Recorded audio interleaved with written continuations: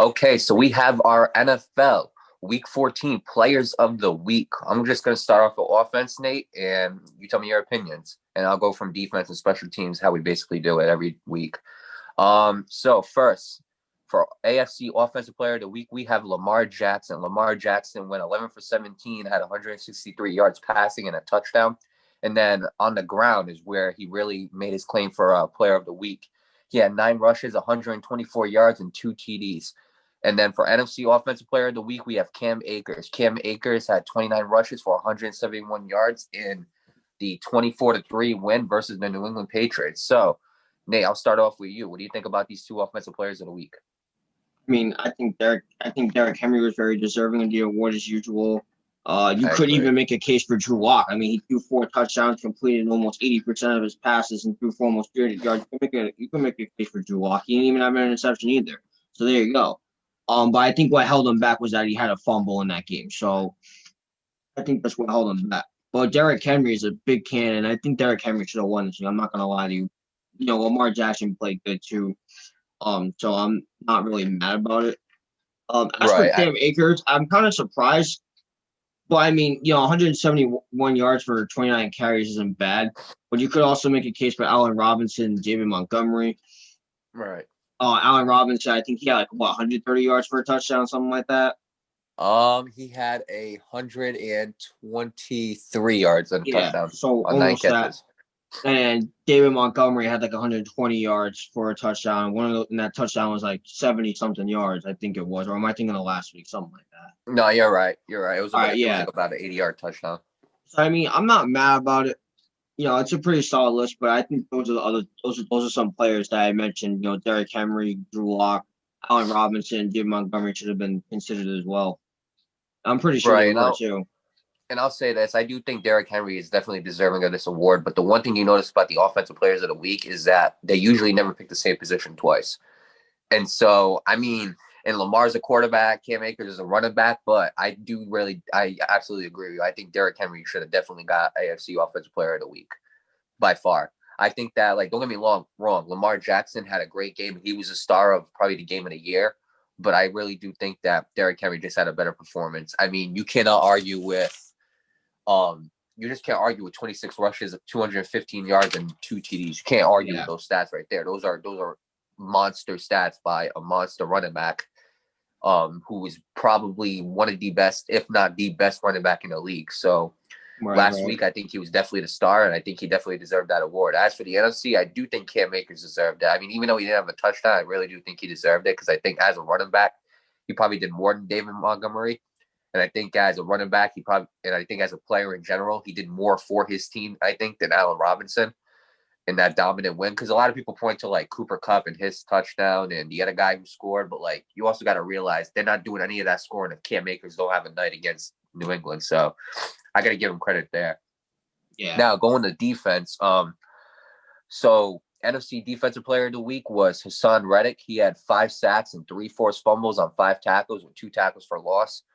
Don't ask me how he had 2 tackles for loss. That was the stats that NFL gave me, even though he had 5 sacks. Every sack is a tackle for loss, but whatever. And the AFC Defensive Player of the Week goes to Kenny Moore, the Indianapolis Colts. He had 5 tackles, 1 interception, and 1 forced fumble. So, Nate, what do you think about the Defensive Players of the Week? I mean, we were talking about it on Monday. Haason Reddick. We were talking about it on Monday, right? He was Yes, one of your Haason winners. Reddick Yeah, absolutely deserves it. he And I absolutely found deserves out it. that There's no one else that even comes close. I mean, 5 sacks, 5 tackles, and 5 sacks, 5. What was it? 3 forced fumbles and 2 tackles for loss. I mean, should be 5, but whatever. Anyway, we're not going to be biased here. right. Yeah, he's very, very deserving of it. Kenny Moore, same situation, 5 tackles. He had an interception and a forced fumble. So I mean, I ain't complaining about that. No, me neither. And I found out today that Haason Reddick's 5 sacks is a franchise record for the Arizona Cardinals. So congrats to him on getting that record. As for Kenny Moore, I seen the one-handed interception he had. It was a very good interception. I definitely seen that. I think it's That was hard the to beat. one-handed one, right? Right. And I think him and Xavier Howard, I think they each had a very good interception last week. I really didn't think that one-handed stuff. I'm gonna give Xavier Howard. Let me say this. I'll give Xavier Howard the better pick, because I think honestly to do it against Tyreek Hill is something that's incredible to do it, especially one-on-one against Tyreek Hill. I Yeah. really do think that's amazing. But Kenny Moore definitely deserves. I mean, for a corner to have 5 tackles, 1 interception, and 1 forced fumble. I mean, it kind of like compares to like what Cam Dantzler did 2 weeks ago against Jacksonville when he had the 4 tackles, the interception, the forced fumble, which is why I said you could have made a case for him 2 weeks ago. But yeah, Kenny Moore definitely deserves it. I mean, he had that insane interception. It's probably going to go down as one of the best interceptions in NFL history. Same thing with Xavier Howard's.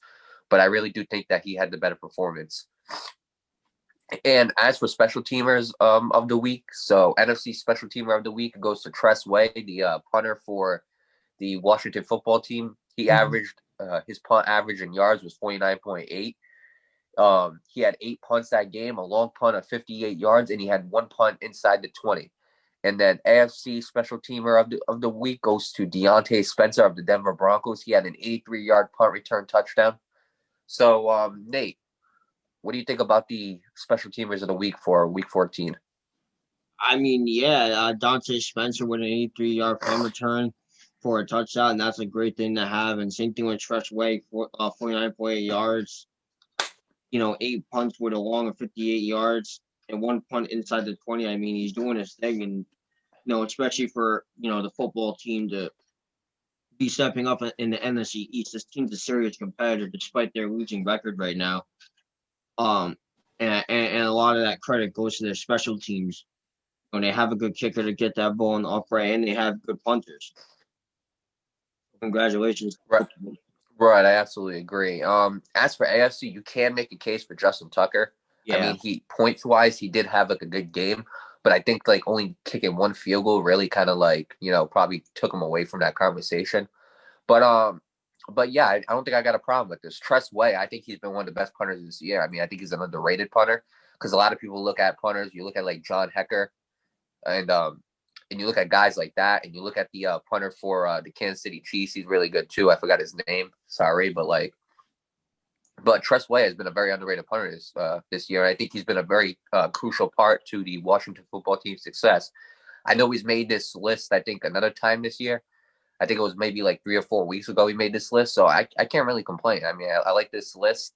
The only one I really have a complaint with is like the AFC. I think that Derrick Henry definitely deserved it over Lamar, but because there's already a running back on here for the NFC, they didn't put another one on there.